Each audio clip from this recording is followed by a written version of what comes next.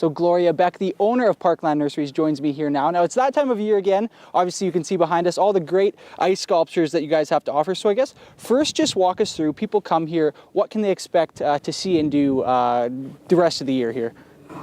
Well, they come through and they see these not only magnificent ice sculptures, but they also can wander through, and if they get cold, come in for a hot cider, see the Christmas wonderland we have inside.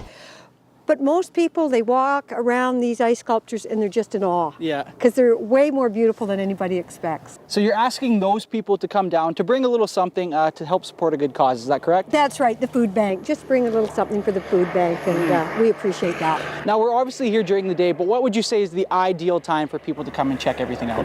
Well, in the evening, which is 5 o'clock on basically, it's lit up. So you've got this ice with colored light shining right through it.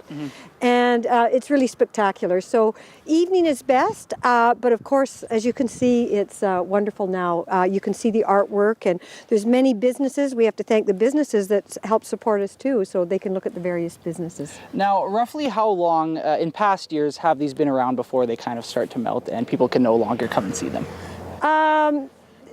Basically, they go through to January, but they're like frosty. Yeah. So if that sun comes out and we get a Chinook coming through, you better get out quick to see them if you haven't already. Now, just quickly, if you can, the man in charge of sculpting the sculptures here is not actually here with us. So just walk us through the process of him coming here and unloading the pounds of ice like you mentioned off camera there.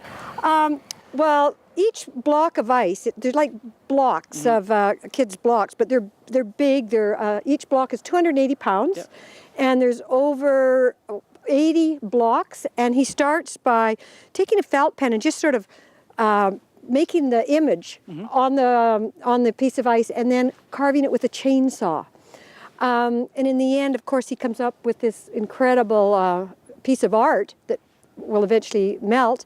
So there's close to 26,000 pounds of ice in this piece of work that he's done this year. Well, thanks so much for joining us. Be sure to come down and spend an afternoon or an evening here at Parkland Nurseries.